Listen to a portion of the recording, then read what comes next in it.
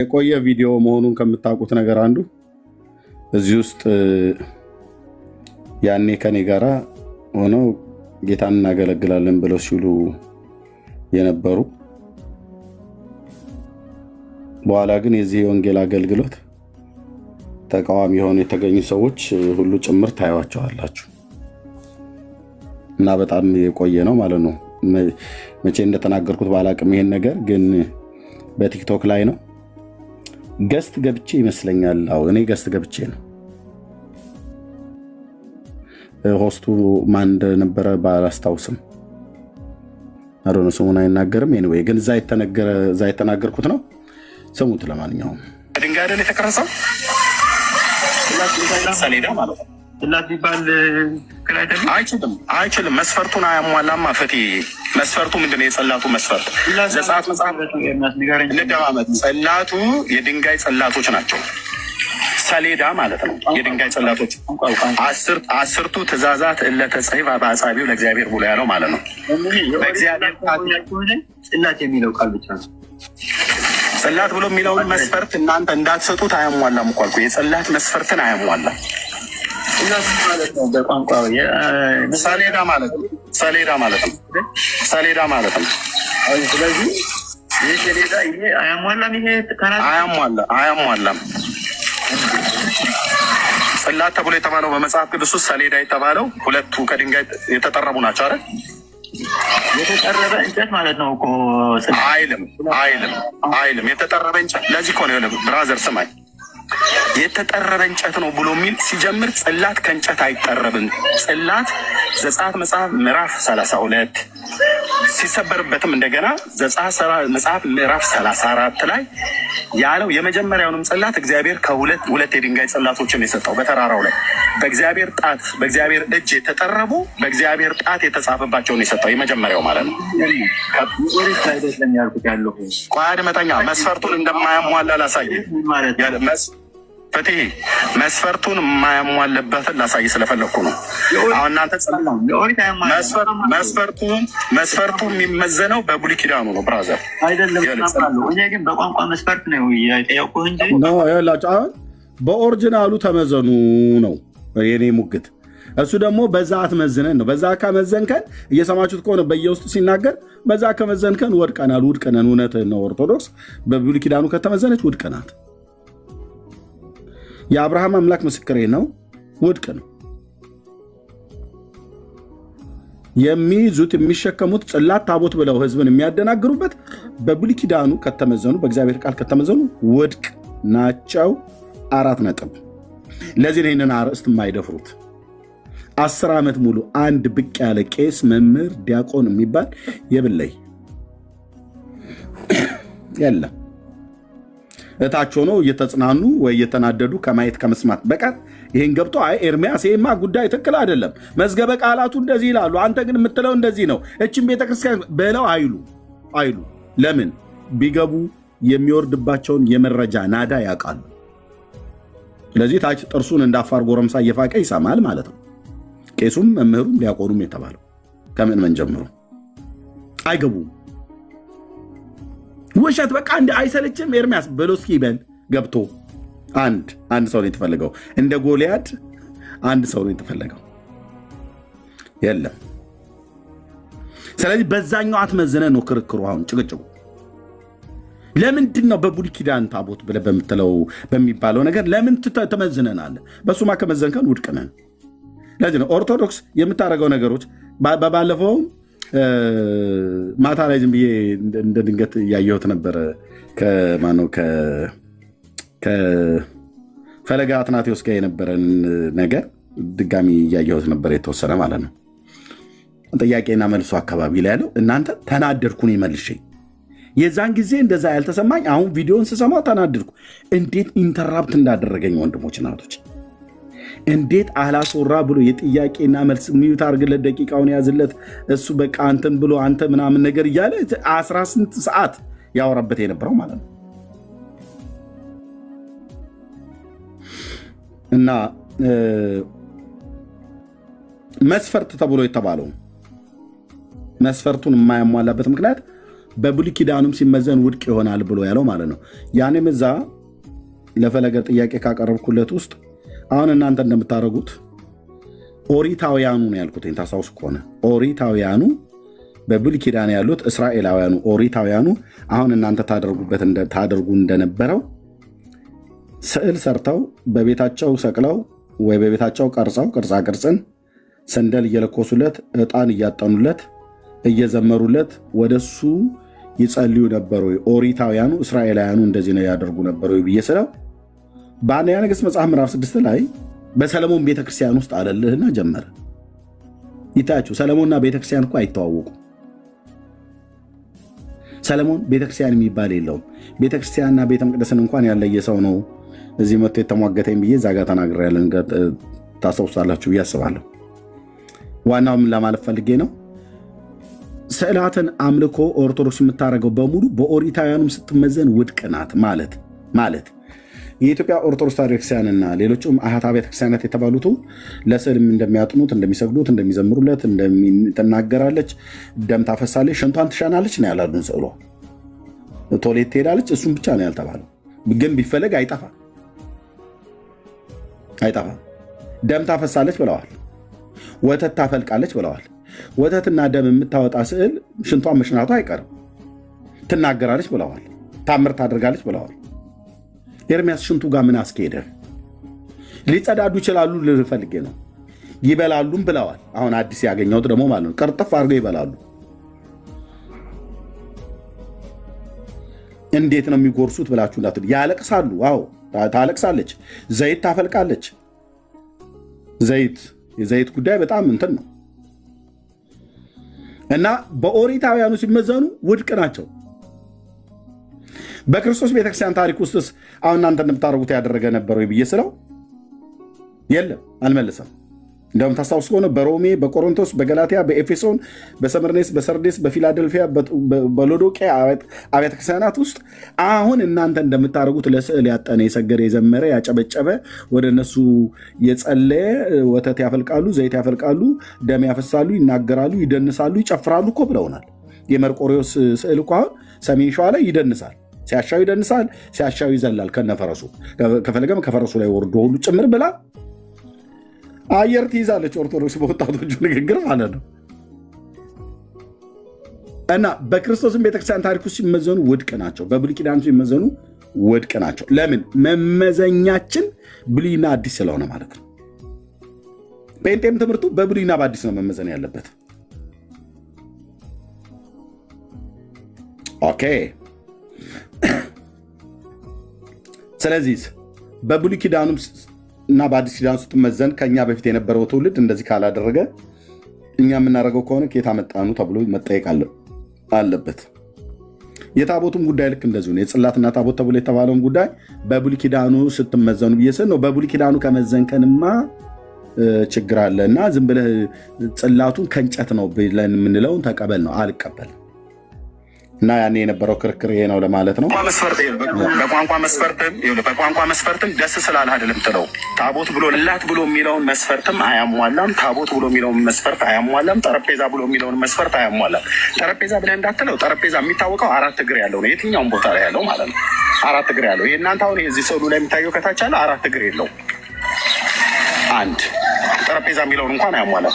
ታቦት ብለህ በብሉይ ኪዳኑ መስፈርት ነው የምንመዝነው። እንግዲህ የምንመዝንበት ከዛ በፊት እግዚአብሔር ታቦት ብሎ የሚለው የትኛው ነው ብለን ካል ከስዕሉ በላይ የሚታየው 4 እግር ያለው 2 የሚናተፉ አውራ ዶሮ የሚመስል ኪሩብ ያሉበት ከተቀጠቀጠ ወርቅ የተሰራ ከግራር እንጨት የተሰራ መሎጊያዎች ያሉት በውስጥና በውጭ በጥሩ ወርቅ የተለበጠ እነኚህ ናቸው ታቦት ብሎ የሚባለው ከላይ ያለው ማለት ነው።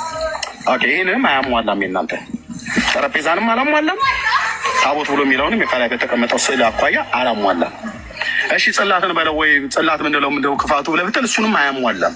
ጽላት ብሎ የሚለው መመዘኛው የሚመዘነው ዘጸአት 32 ዘጸአት መጽሐፍ ምዕራፍ 34 ባለው ማለት ነው። 32ኛው ምዕራፍ ላይ እግዚአብሔር ወደ ተራራው ጠራው፣ ሙሴን በተራራ ጫፍ ላይ ያገኘው፣ ተነጋገረው፣ በከባድ ደመና ወረደ፣ አወራው። 2 የድንጋይ ጽላቶችን ራሱ እግዚአብሔር ጠርቦ ራሱ እግዚአብሔር ጽፎበት ሰጠው። ከተራራው ግርጌ ሲወርድ እስራኤላውያን ከጣዖት ጋር ያመነዝሩ ነበር፣ ሰበረው። ከዛስ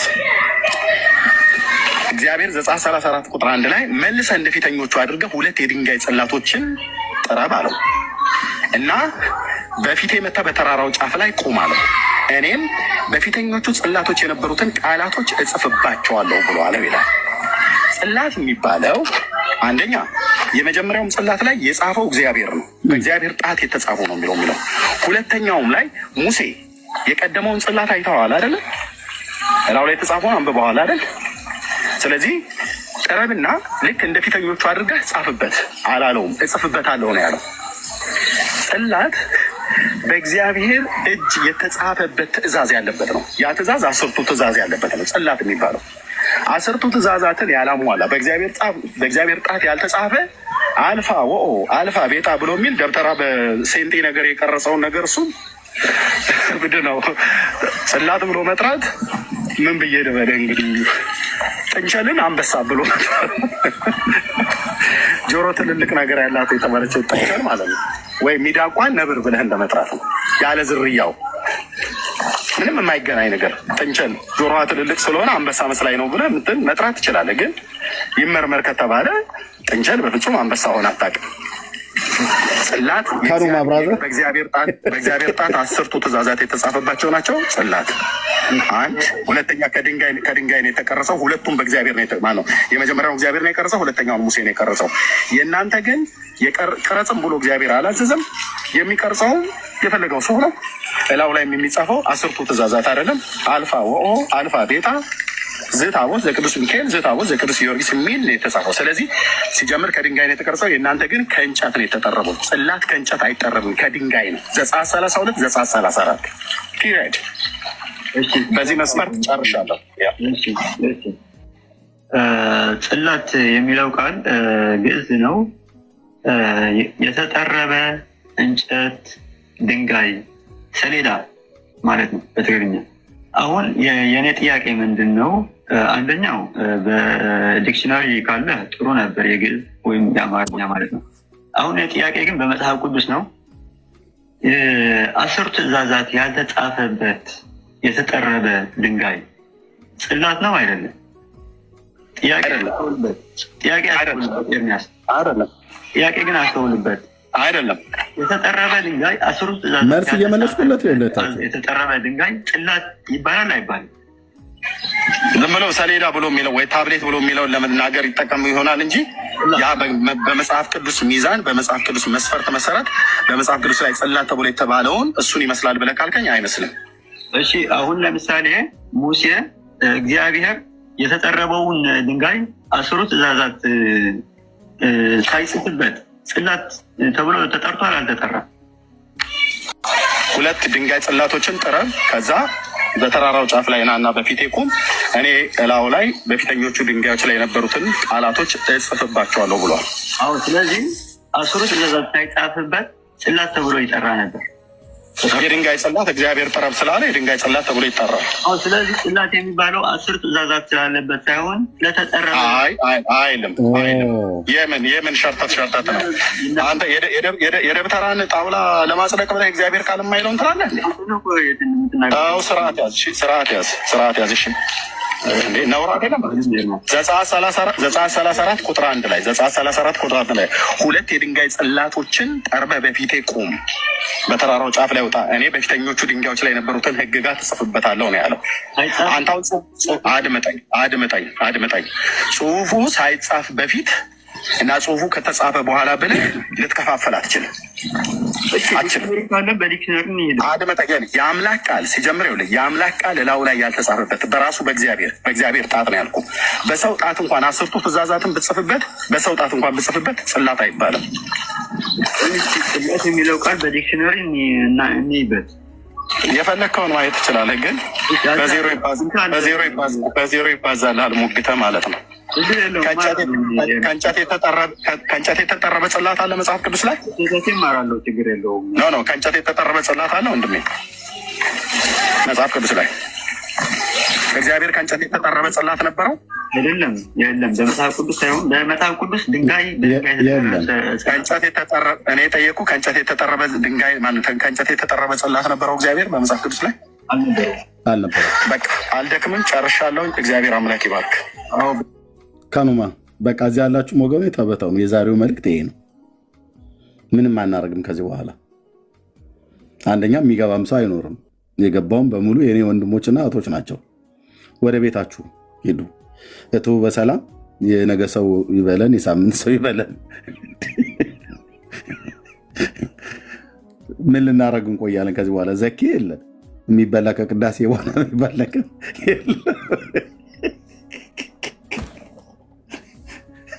ወገኔ። ለምንድን ነው ግን በጣም ብዙ ጊዜ ለምንድን ነው ግን በቃ በሃይማኖት ቤት ቁማር ሲጫወቱባችሁ ለምን ዝም ብላችሁ ብታዩት?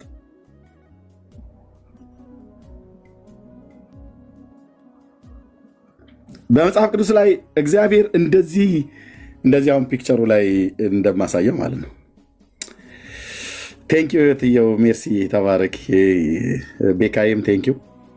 አንተ ፎቶውን ባትልክ ኖሮ እሺ። እንዲህ አይነት ጽላት አለው እንደ እግዚአብሔር።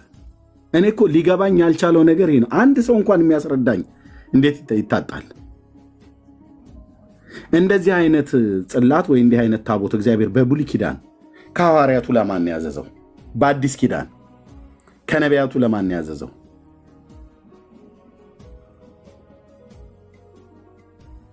ለማን ያዘዘው?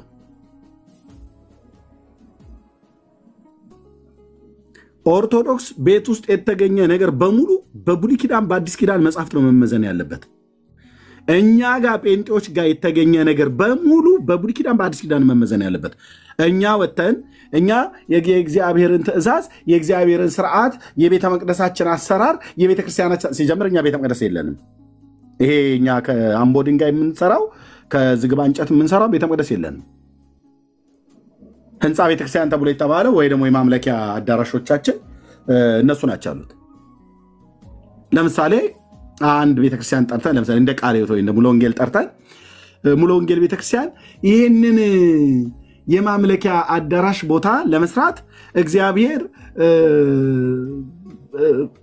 ለሙሴ መመሪያ አድርጎ እንደሰጠው በዛ መሰረት መመሪያ ከሰማይ መጥቶልኝ የሰራሁት ነው ይያዝልኝ ቤቱ ብላ ብትል ሙሉ ወንጌል ስርዓትሽን ያዢ ነው የምንላት። ለምን አሁን አዳራሽ እንደዚህ አድርጋችሁ ስሩ፣ በሩን በምስራቅ በኩል አዙሩት፣ የሴቶች መግቢያ በወንዶች በኩል ማነው፣ የሴቶች መግቢያ በደቡብ በኩል፣ የወንዶች መግቢያ በሰሜን በኩል፣ ካህናቱ ደግሞ በምስራቅ በኩል ይግቡ ፓስተሮቹ ብሎ የሚል ለማንም ትእዛዝ እግዚአብሔር አልሰጠምና ሙሉ ወንጌል እንደዚህ ብላ ብትል እንደ ምሳሌ ነው የምጠቅሰው የኛ ስለሆነች እንደዚህ ብላ ብትል ውድቅ ትደረጋለች። አንሰማም።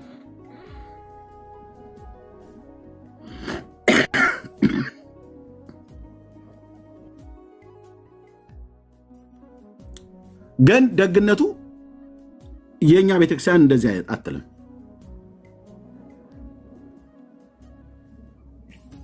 ኦኬ ጻጊዬ አንቺ ጋር አይሰማም እንደ እኔ ድምፅ? ጸጊ ያንቺን ኔትወርክ አስተካክዪው ጸጊ። አይ ቲንክ ቱሊ ድምቱ ከሆነ ያለሽው ምናልባት እንደዛ ሊሆን ይችላል። ኔትወርክሽ የእንግሊዝ ኔትወርክ እንደዛ እንደ ቱሊ ድምቱ አይነት ነገር ሆኖ ከሆነ ማለት ነው።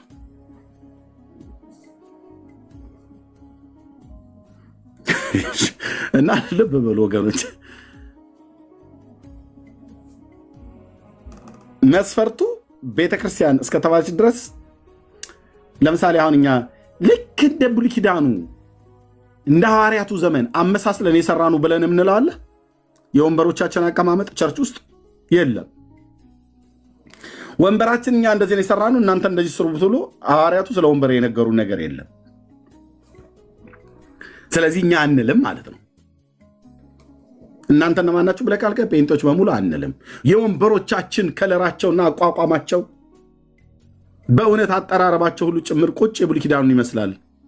በክርስቶስ ቤተክርስቲያን ታሪክ ውስጥም ከምስረታቸው እኛን የቀደሙን አብያተ ክርስቲያናት ሁሉ እንደዚህ አይነት የወንበር ነገር ነበራቸው እና ወንበሮቻችን ዓለም ሊጎበኛቸው የሚገባ ነው ብለን ስለ ወንበር፣ ስለ ቅርጻ ቅርጽ ወይ ፑልፒት በኦርቶዶክስ አትሮንስ የሚባለው ማለት መድረክ ላይ የምንቆምበት ወይ ስለ ሳውንድ ሲስተሙ ምንም የምናወራው የምንፖተልከው ፖተሊካ የለም ማለት ነው። ኦርቶዶክስ ጋር ግን ስትሄድ ታቦት ትልላለች። የቱኛውን? ይሄንን ኦርቶዶክስ መልስ አላት ትላለች። ቀጥሎ ኦሆ መልስማ ካላት እኛም የሷ ልጆች አልነበር? አዎ ጥያቄ አለን ብለን ጥያቄ ጠየቀ። ይሄ ታቦት ማን? ይሄ ጽላት ብላችሁ የምትሉት ነገር በምን መስፈርት ነው ጽላት ያላችሁት? በእግዚአብሔር ቃል ስንመዝነው ውድቅ ነው ብለን ስንል መናፍቃን፣ የእመቤቴ ጠላቶች ቀለም በጥብጣ ብራና ዳምጣ አገር ለሰራች ቤተክርስቲያን ሲጀምር አገር አልሰራችም። ኢትዮጵያ የምትባል ምኑን የሰራችው? ኦርቶዶክስ ሀገር ሰራችሁ። ምኑ ነው ሀገር የሰራችሁ? ምንድን እንዴት ሀገር መስራት ማለት ምድሩን ነው ማለታችሁ ነው? ምድሩን የሰራችሁ ወይስ ምንድን ነው? ሲስተሙን፣ ፖለቲካዊ ሲስተሙን ነው?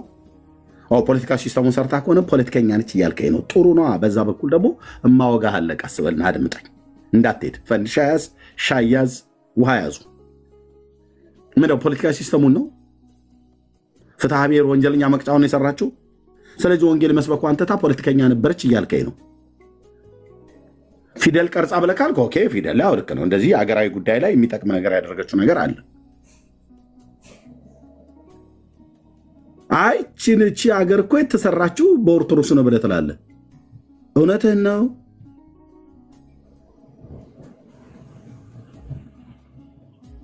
አይ ኦርቶዶክስም ስለፈቀደችልን ይመስለኛል ኢትዮጵያ ውስጥ የተወለድ ነው። እና ሲጠየቁ ቀለም በጥብጣ ብራና ዳምጣ ምናምን ነገር ብሎ ይልልህና ከጥያቄው ለመሸሽ ይከጅላሉ ማለት ነው። እንደ ኦርቶዶክስ ቤተክርስቲያን ለኢትዮጵያ አገር በጣም ብዙ ያበረከተችው ነገር እንዳለ እኛ ሕሊና ስላለን አንክድም። ግን ለተጠየቃችሁ ጥያቄ መልስ ስጡ ተብላችሁ ትባሉ በቀለም በጥብጣ ብራና ዳምጣ አገር የሰራች ቤተክርስቲያን ልታፈርሷት ምናምን ነገር የምን ማፍረስ እንዴ? ትልቅ ቤተክርስቲያን አይደለችም እንዴ? እንዴት በአንድ ሰው ጥያቄ በእኔ ጥያቄ የምትፈርስ ኦርቶዶክስ ካለች መቼስ ምን ልል እችላለሁ? ብራዘርዬ የተገነባችው ምን ላይ ነው ይባላላ። እንዱ ዝም ብለው ነካሴ ያርጉ ክምብል የምትል ከሆነ ሄደህ ድሮም ማቋቋም ትክክል አይደለም ተብለን የምትመዘነው። አንዳንድ ዛፎች እኔ ገጠር ስላደኩ አንዳንድ ዛፎች አይታችኋቸው ከሆነ ቅርንጫፋቸው ምናምን ነገር ሁሉ አለ፣ ቅጠላቸውም አለ እና እኔ ከስር የሚበላቸው የተጣባቸው እንትን ትላትል ነገር ይኑር አይኑር አላቅም፣ ብቻ ስራቸው በውስጣቸው በሙሉ እንትን ብሎ ንፋስ ገና ጥቂት ይሄ ዝም ብሎ እንደ ሰውነታችንን ለማቀዝቀዝ የምንጠቀምበት ከባድ አይደለ ንፋስ መጥቶ ፍንግል አድርጎ ሲጥላቸው ስራቸው በቢሎ ከስር የተቆረጠ ይመስል ክርክም ብሎ እንዳለ ይወድቃል። እንዴ አንድ ክንድ እንኳን እርዝመት የማይሞላ ስር ነው ያለው፣ ደግሞ የተቆረጠ ስር ነው ያለው። ስለዚህ ዛፉ ወይ ከመጀመሪያውም ይህንኑ ያህል ስር ነው ያወጣው፣ ወይ ደግሞ ያወጣውን ስር ከስር እያጨደ የጣለ የተጣባው ነገር አለ ማለት ነው። ከዚህ የተነሳ ነው ጥቂት ነገር ሲነካው ፍንግል የሚለው። አንድ ጥያቄ ሲጠየቅ ጴንጤን አንድ ጥያቄ ጠይቀው እቺ ቤተክርስቲያን በእውነት አማኑኤል ቤተክርስቲያንና ቃለ ሕይወት መሰረተ ክርስቶስም ተጨምረው ሀገር የሰሩ አብያተ ክርስቲያናትን ልታፈርሳቸው ብለህ ካልክ ብራዘርዬ የቱ ጋር ነው የምንሄደው? ምስረታቸው ላይ እንሄዳለን ማለት ነው። በአንድ ሰው ጥያቄ የምትፈርስ መሰረተ ክርስቶስ ቤተክርስቲያን ካለች ብራዘር እኔ ጋር አይደለም መለፋለፍ ያለብህ የመሰረተ ክርስቶስ ቤተክርስቲያን ምስረታዋ ላይ ነው። በአንድ ሰው ጥያቄ የምትፈርስ ሙሉ ወንጌል ካለች ችግሩ ያለው ጠያቂው ጋር አይደለም፣ ተጠያቂ የሆነቿ ቤተክርስቲያን ጋር ነው ችግር ያለው። እንዴት አንድ ጥያቄ ተጠይቀ ትፈርሳለች? በአንድ ሰው ጥያቄ የምትፈርስ ኦርቶዶክስ ትፈርሳለች ብለህ የምትላት ኦርቶዶክስ ካለች ችግሩ ያለው ጠያቂው ጋር ሳይሆን የተመሰረተችዋ ቤተክርስቲያን የተባለችው ጋር ነው። ከመሰረቷ ተቆርጣለች ማለት ነው። ስሯ ከታች ታጭዷል ማለት ነው። አንድ ቴት ተነስታ አልገባኝም ጥያቄ በታቦትና በጽላት ጉዳይ መልስ ይመለስልኝ ብሎ ንስሐ አባቷን ስትጠይቅ እችን ቤተክርስቲያን ልታፈርሷት በግራ በቀኝ ተነሳችሁ አይደል? መናፍቃን በስንዴ የመጣችሁ በሰልባጅ የመጣችሁ ብለህ አጣጥለህ ልታፈርሷት ብለህ ካል እንዴት አንዲት እህት በጌታ ያመነች እህት ጥያቄ ስለጠየቀች ኦርቶዶክስ ትፈርሳለች? በአጭሩ መልስ ማለት ያለባችሁ መልስ የለንም ነው። መልስ የለንም። ከዚህ ይልቅ የጴንጤዎች ጥያቄ አደገኛ የሆነ ጥያቄ ነው። ይህን እውነቱን ልንገራችሁና ወደ ወንድሞችም ወደ እህቶች እንሄድ። የጴንጤዎች ጥያቄ አደገኛ ጥያቄ ነው። ለምንድነው አደገኛ ጥያቄ የሚያሰኘው? ይሄ ጴንጤው የሚባል የእኔ ቤተሰብ ቤቱን ዘግቶ መጽሐፍ ቅዱስ ያነብልሃል። ስራው ይሄ ነው። እየሰማችሁ ነው? ካቶሊክ፣ አይሁዳውያን፣ ኦርቶዶክስ የምትባሉ ሌሎች ሃይማኖት፣ ይሄ ጴንጤው የሚባለው የኔ ማህበረሰብ የኔ ወገን ቤቱን ዘግቶ በተናጥል መጽሐፍ ቅዱስ ሲያነብ ነው የሚውለው። ቤተ ክርስቲያንም ሄዶ የሚቀርብለት ምግብ ይሄው ነው። መንፈሳዊ መብል መጽሐፍ ቅዱስ ነው። በረከቱ አይደርብንና የእናታችን የወለተ ጴጥሮስ የተወለዱበት፣ የተጸነሱበት፣ ያረጉበት፣ የተንከባለሉበት ቀን ነው እየተባለ እንዲህ አይነት ዲስኩር አይወራም ማለት ነው እኛ ጋር። እና ኤርሚ ምንም አይደብራችሁም? እንዴት ታዲያ ሁሉ ቀን ሰኞ፣ ማክሰኞ፣ ሮብም፣ ሐሙስም ኢየሱስ፣ እግዚአብሔር፣ መንፈስ ቅዱስ፣ እግዚአብሔር አብ፣ ሥላሴ እየተባለ ነው ሁሉ ቀን እናንተ ጋር ትመርጥ? አዎ አይደብረንም? አይደብረንም። ለምን? እግዚአብሔር ማለዳ ማለዳ አዲስ ነው። የቃሉ ፍቺ ደግሞ ዕለት ዕለት ስለሚያበራልን በመንፈስ ቅዱስ ኃይል በተሰጣቸው ጸጋ ዕለት ዕለት ይሰብኩናል። አየህ፣ በአፋችን ያጎርሱናል ማለት ነው። ቤት ቁጭ ብላ ጠርጋ ቤት ዘግቶ ጠርጎ የሚበላው በረከት እና ቢኒ እና መሲና ጽዮን፣ ኤፍሬምና መቅዲ ቸርች ሲመጡ ደግሞ ፓስተሮቹ ደግሞ ያው ይጀምራል ማለት ነው። የፈረደበት መጽሐፍ ቅዱስ አንልም። እኛ ጋር ፍርጃ አይደለም መጽሐፍ ቅዱስ፣ እኛ ጋር ፍርጃ አይደለም። የአምላካችን የእግዚአብሔር ሕያው ቃል ማለት ነው። አይ ላቭ ጴንጤ በእውነት ተው እባክህ። እውነቴን እኮ የምልህ በደንብ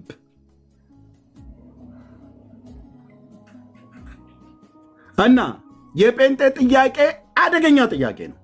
ለምን አደገኛ የሚያሰኘው?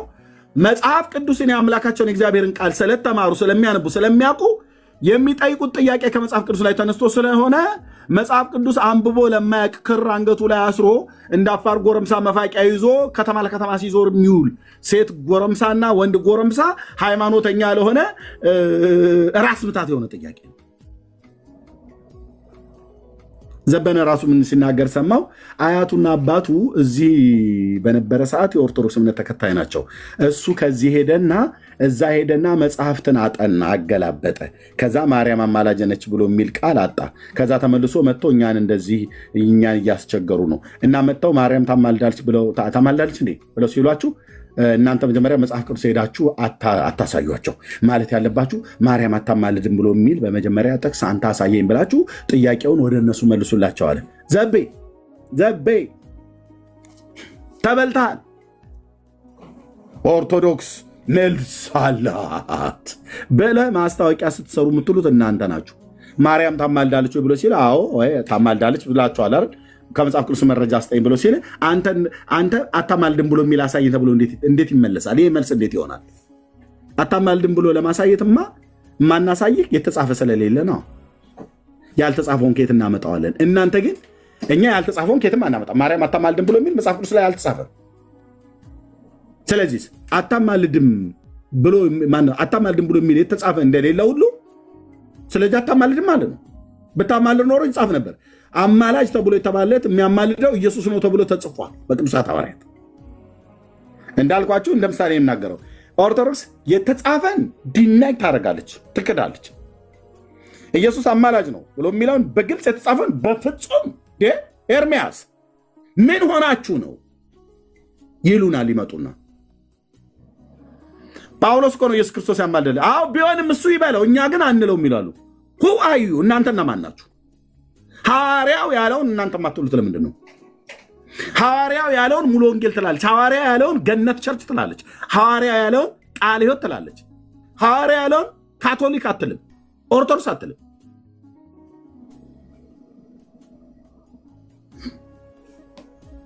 እኛ ግን አንለውም ይላል። አንተን ልሰዋ ታዲያ ጳውሎስን እና ጥያቄ ስጠይቋችሁ ወደ መጽሐፍ ቅዱስ ከመሄዳችሁ በፊት ለማሳየት ከመሮጣችሁ በፊት እናንተ ራሳችሁ ጠይቋቸው ብሎ ደግሞ ኮቶ የሚናገረው የት ነው? ሚዲያ ላይ ነው።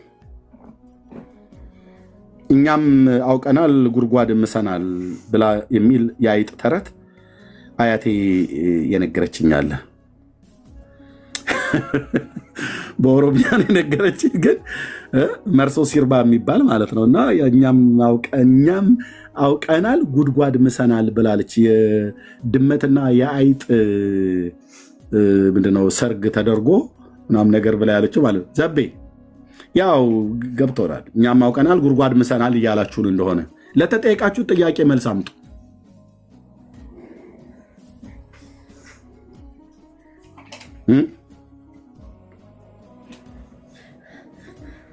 ድመቶቹ ከበህ ዝፈን መርሶ ሲርባ ብሎ የሚል ከበህ ዝፈን ብሎ ሲል አይጦቹ ደግሞ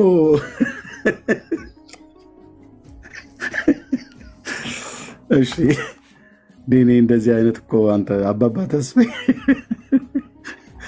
ማለት አያቴ ነገረች ማለት ነው።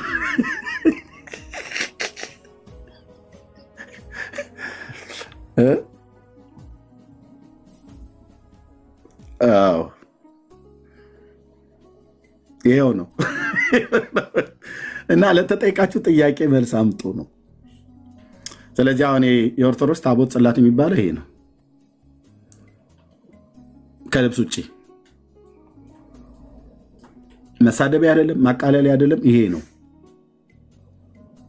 ይሄን ከየት ነው ያገኛችሁት? ጉግል ላይ ጉግል ገብታችሁ ታቦት በልብስ ታቦት ያለ ልብስ ብላችሁ ብትጽፉ ታገኛላችሁ። ከቀሚስና ከቀሚስ ውጭ እንዴ ምን ኤርሚያስ አንተ ባለጌ እንዴት እርቃኑን ታያለህ? ምናምን ሰው አይደለም ያየው ተኝታ አለ። አይ እንትና አፍረተ ስጋ ብላችሁ የለውም፣ አፍረተ ስጋ የለውም። አንዳንዱ እኮ ይመስለዋል።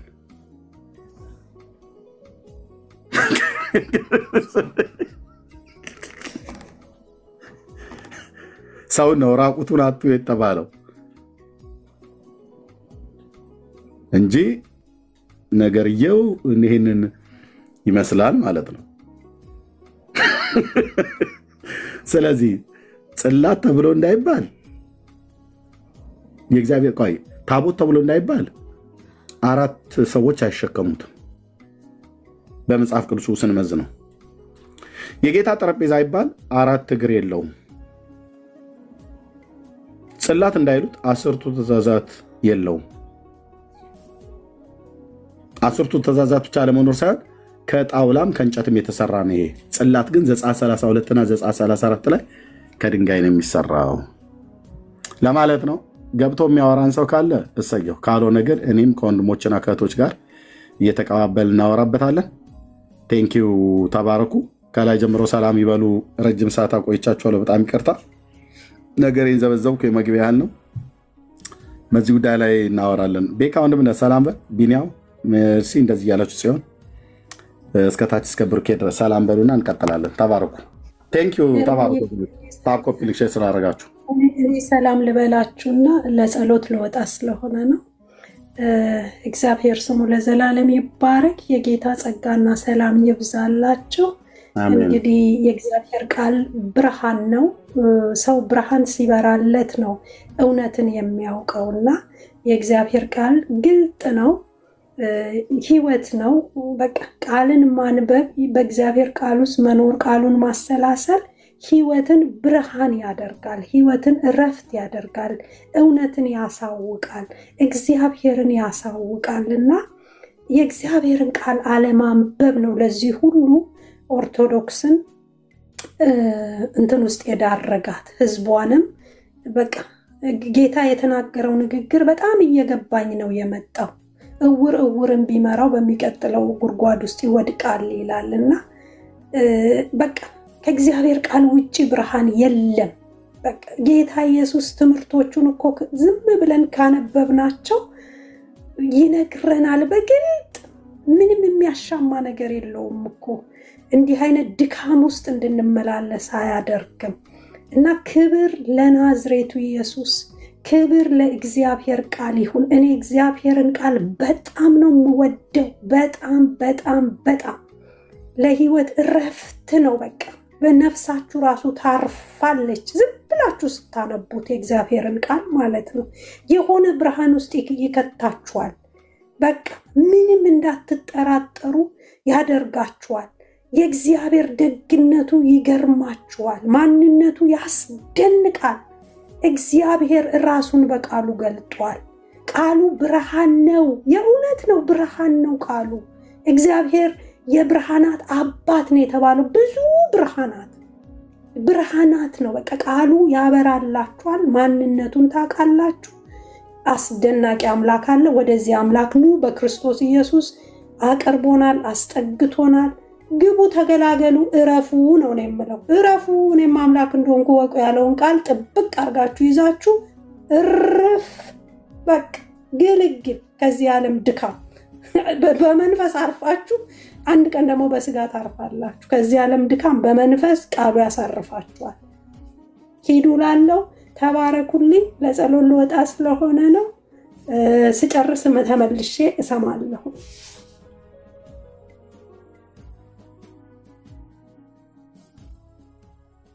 እሺ፣ ተባረክ እህታችን፣ ጸጋ ይብዛልሽ። እሺ ቤካ ሰላም በሉ። ከላይ ጥያቄ ያላቸው ሰዎች ስላሉ ጥያቄ እንቀበላለን። ሰላም በሉ፣ ቶሎ ቶሎ ሰላም በሉና ጥያቄ እንቀበል። ብዙ ሰው ጥያቄ ያለን እያለ ነው። ከታች አስገብተን መጠየቅ ይችላሉ። ቤካ አለ ወንድምነት?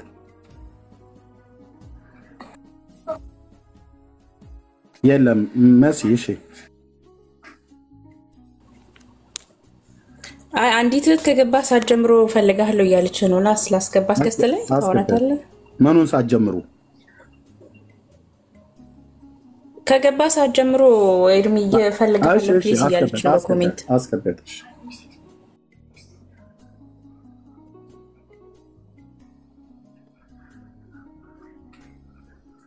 እሺ ማነት? ልዩ ናት?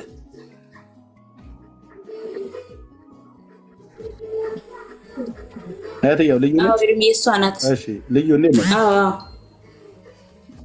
ሰላም ኤርሚዬ፣ እንዴት ነህ? ደህና ነኝ ጌታ ይመስገን። እግዚአብሔር ጸጋና ሰላም በእናንተ ላይ ይሁን። አሜን። እንዴት ናችሁ? ሁላችሁም እዚህ ላይቭ ላይ ያላችሁ ሰዎች እንዴት ናችሁ? ደህና ነኝ ጌታ ይባርክ። ኤርሚዬ፣ እኔ በጌታ ከሆንኩኝ ትንሽ ቅርብ ጊዜ ነው ማለት ነገር ማወቅ እፈልጋለሁ እና በባለፈው ላይቭ ላይ አናግሬ ነበር ከቤተሰቦቼ ጋር በጌታ በመሆኔ ምክንያት ብዙ ነገር አልፌያለሁ። ማለት ግንኙነታችን ተቋርጧል፣ ድጋሚ ቀብሬ ላይ እንዳትቆም ምናምን ብለውኛል ብዬ ጸልየልኛል። ላይቭ ላይ ነግሬ ነበርና አሁን ደግሞ ትንሽ ከነሱ ጋር መወያየት ያለብን ጉዳይ ላይ ደረስን። በዚህ በሃይማኖት ጉዳይና ከአንተ ውጪ አንተን እያየሁ ነው። ከበፊትም ላይቭህን በደንብ ነበር ማየው።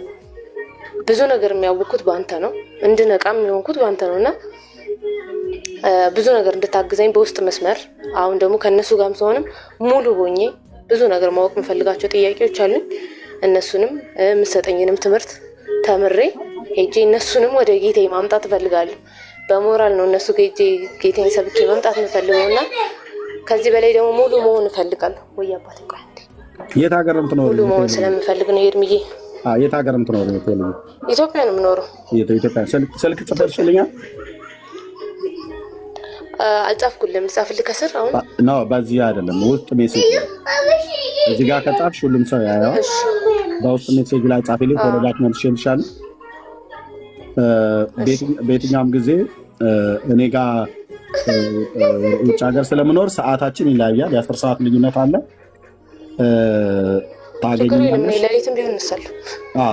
ታገኛለሽ።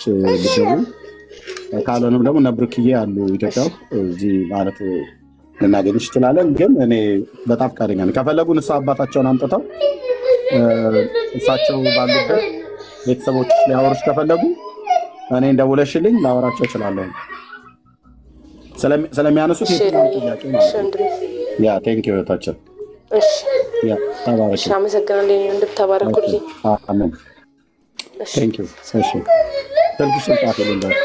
ወንድምነት ጠራኝ እንዴ? አይ በቃ ምን ተኝታችሁ ከሆነ ብዬ እኮ ተውኩት። ከንፈሬ ሁሉ ደረቀ። ሰላም በሉ፣ ሰላም በሉ። ቶሎ ቶሎ ጥያቄ ያላቸው ሰዎች ብዙ ስላሉ ሰላም በሉና ጥያቄ እንቀበል። ያ ጥያቄ ላይ ብቻ እናተኩር፣ ችግር የለውም። በቃ ሰላምታ ሁሌም ማለት ተባረኩ። ያ ቅር እንዳትሰኙ ብዬ እንጂ ብዙዎቻችሁ እዚህ አብረን ምናገረግር ስለሆነ ችግር የለውም። በኋላ ወይ ልታወሩ ሰጡ እንላለን። እሺ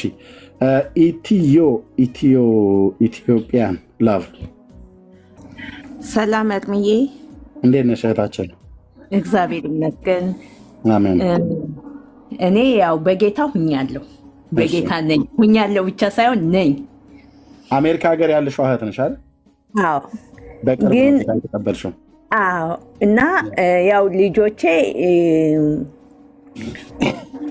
እኔ ሳልሆን እነሱ ሆኑ በቃ ቤታቸው ውስጥ ማለት ነው። ለውጭ ሀገር ስትኖር እግዚአብሔርን ቃል እንዲፈራ ብለህ መጽሐፍ ቅዱስ ነው የምትሰጥ እና መጽሐፍ ቅዱስ እያነበቡ በጣም ይሞግቱኝ ነበር።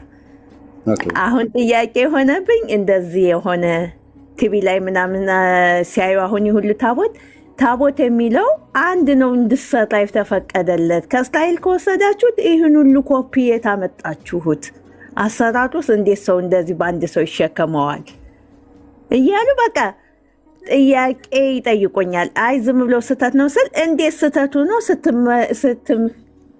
ከተዩኖች ምን አይነት ጭንቅላት ነበረሽ የሚል ጥያቄ እያመጡብኝ ስለሆን ለዚህ የምትረዳኝ መልስ ካለ ለማለት ነው። ልጆችሽ ኦርቶዶክስ ናቸው? አይደሉም፣ በጌታ ናቸው። አዎ ያው ራሳቸው በመጽሐፍ ቅዱስ የተቀበሉ ከእኔ ቤቱ ነው ጴንጤ ያሳደግኩ። እኔ ኦርቶዶክስ ናቸው እያልኩ ጴንጤ ነበር ለካ ያሳደግኩት። እግዚኦ እግዚኦ እግዚኦ! የሚገርም ነው። አንቺ ወተትና ዳቦ እንጀራ እየጋገርሽ ትሰጫለሽ። ኦርቶዶክስ ነሽ፣ ኦርቶዶክስ ናቸው ብለሽ ስትይ ልጆችሽ ግን መጽሐፍ ቅዱስ እያነበቡ ኦልሬዲ ፔንቴ ሆነዋል። እንዴት እና በጣም ብዙ ጥያቄ ጠይቁኝ ነበር በፊትም። እንደውም አንዴ መጽሐፉ ዝም ካለ ዝም በያለኝ። የ10 ዓመት ልጅ እያለ ወንዱ ልጅ አሁን 23 ዓመቱ ነው። መጽሐፍ ቅዱስ ዝም ካለ ምን በያለሽ? ዝም በያለኝ።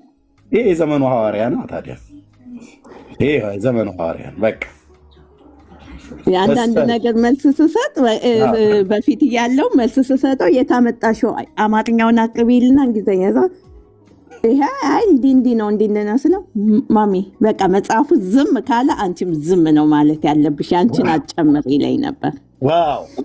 አሁን በቃ ጥያቄ የሆነ በቃ ስህተት ነው ምናምን ስላቸው እንዴት ስህተት ስታመልክ ይህን ሁሉ ዓመት ቆየሽ? እንዴት አይቆጭሽም? ምን መለሽላቸው ታዲያ? ይቆጨኛል፣ በቃ ጨለማ አሳውሮኝ ነበር ነው ያልኩት። ሌላ ምን መልስ አለኝ? እየሰማችሁ ነው ወገኖች? ልጆች ወላጆቻቸውን መጠየቅ ጀመሩ ማለት መጽሐፍ ቅዱስ እያነበቡ። እናት ናት ወልዳለች፣ አርግዛ አጥብታ አጥባ አሳድጋ ወጥ ሰርታ ምግብ አብስላ የምትመግባቸው ልጆቿ እሷ የኦርቶዶክስ እምነት ተከታይ በቅርብ ነው ጌታ የተቀበለችው ባይዘው ያስታውሳታለሁ። እና አሁን ጥያቄው ቤት ውስጥ ምንም እንኳን በጌታ እንደሆነች አሁን ቢያውቁም ትናንትና ግን ምን እየሰራሽ ነበረ የሚል ማለት ነው። ምን ነበር ስታምኝ የነበረው? አየ እግዚአብሔር ትውልድ አስነሳ ማለት እንደዚህ ነው። አሁን የእሷ ልጆች እንዴት የተባረኩ ናቸው። ምን እንዳለ ታውቃለህ? የ10 ዓመት ልጅ ማለት ከ10 ዓመት በፊት የ10 ዓመት ልጅ ማለት ነው። አሁን የ23 ዓመት ብላ ያለችው መጽሐፉ ዝም ባለበት ዝም በይ። በቃ ይህን እኮ ነው እግዚአብሔር የሚፈልገው። እንዲህ አይነት ትውልድ እግዚአብሔር የሚፈልገው። አሁን እግዚአብሔር ከሰማይ እንደ ሰው አንጀቴ ቅቤ ጠጣ እንደሚል ምንም ጥርጥር የለኝም። እንደ ሰው ነው ያልኩ እንደ ምሳሌ እንጂ ጌታ ቅቤ ይጠጣል ማለት አይደለም። ወይ አንጀት ብሎ ሲል ሜታፎሪክ በተነገረ ካልሆነ በስተቀር እንደዛ ነው እያልኩ አይደለም። ማለት በቃ ትውልድ አገኘው። ቃሌ ዝም ባለበት ዝም የሚል ዝም ባላለበት ዝም የማይል የሚናገርልኝ ትውልድ አገኘው። ምንኛ ብሩካን የሆኑ ልጆች ናቸው።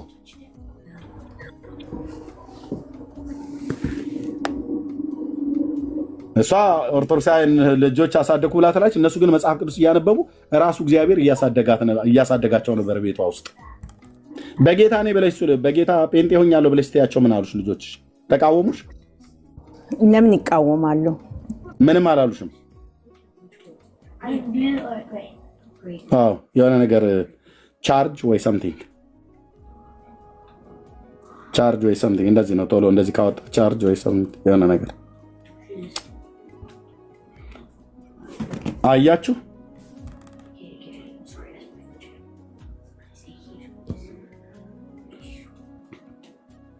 እሷ ኦርቶዶክሳዊ ልጆች አሳደኩ ብላ ስትል እነሱ ግን ለጌታ አድገውለታል። ቤት ውስጥ ሆነው መጽሐፍ ቅዱስ እያነበቡ ደስ አይልም?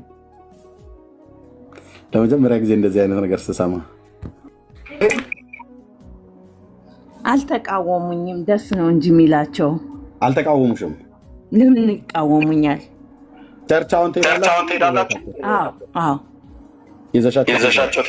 አዎ ስልክ ተለዋውጠን ነበር። አዎ እነሱን መጀመሪያውም ያው ኢቫንጀሊካል ነጮች ቸርች ነበር የሚሄዱ በቋንቋቸው ራሳቸውን ሲችሉ ራሳቸውን ሲችሉ እኛ ጋር ወንጌላውያን አማኞች ጋር ነው የሄዱት። አዎ ለነጮቹ በቋንቋቸው ግን ገና ቤት ውስጥ አንቺ እያሳደግሻቸው ግን ኦርቶዶክስ ቸርች ስቴጅ ኦርቶዶክስ ቸርች ይዘሻቸው ትሄጂ ነበረ።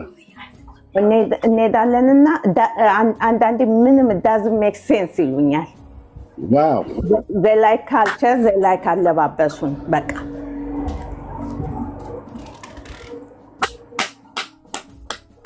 እንደዚህ አይነት ትውልድ ተነሳ ማለት በቃ አሁን እነዚህ ብራዘር ራሱ እግዚአብሔር ይኸውልህ በትውልድና በትውልድ መካከል እግዚአብሔር እንደዚህ ነው ትውልድን የሚከፍለው። አዎ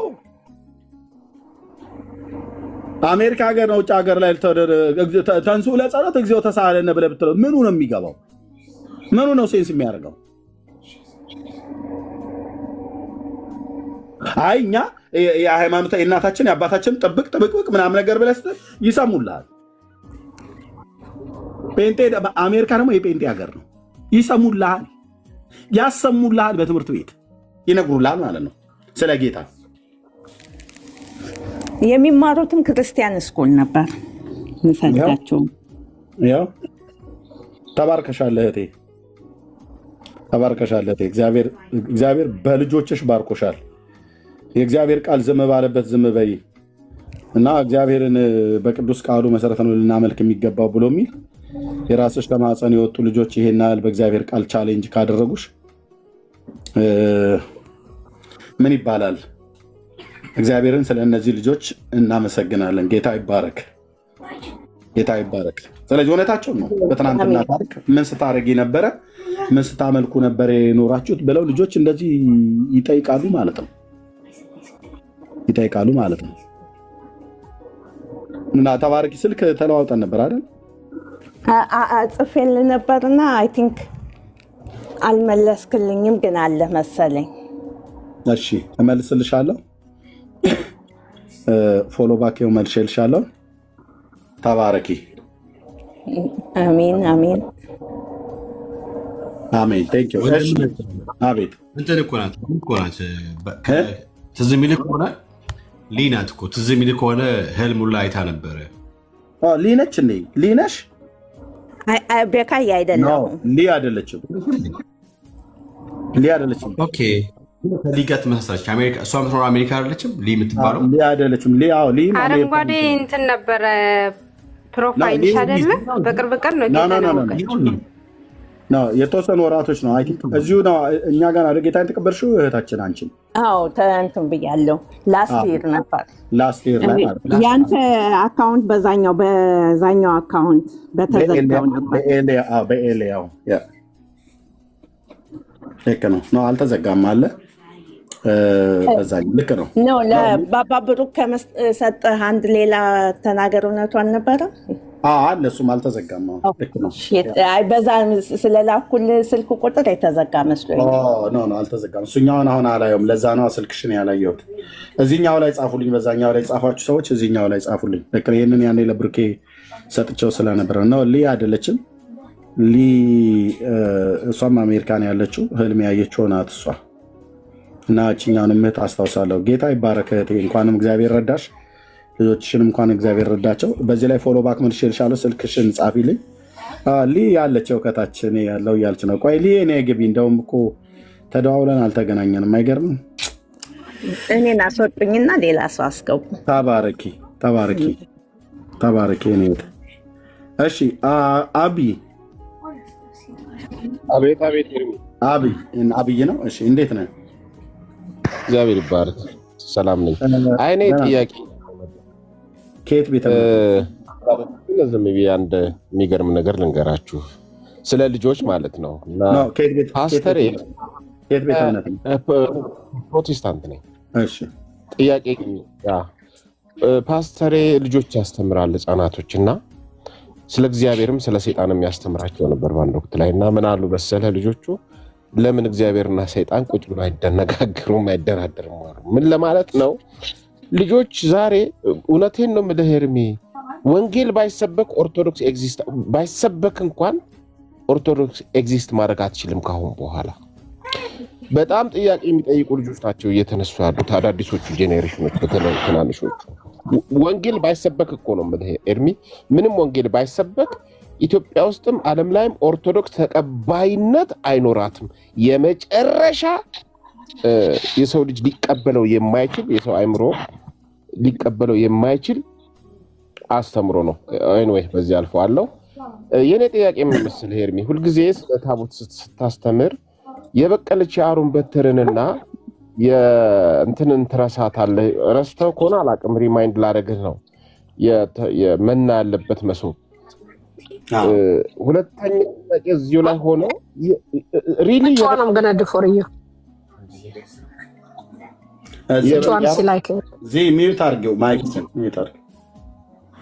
የበቀለች አሮን በትር አለች ወይ? ኮምፕሊት የሆነው ታቦት ይሄ ነው። እኔ ሳነብ ዘጸአት ላይ የማገኘው ይሄ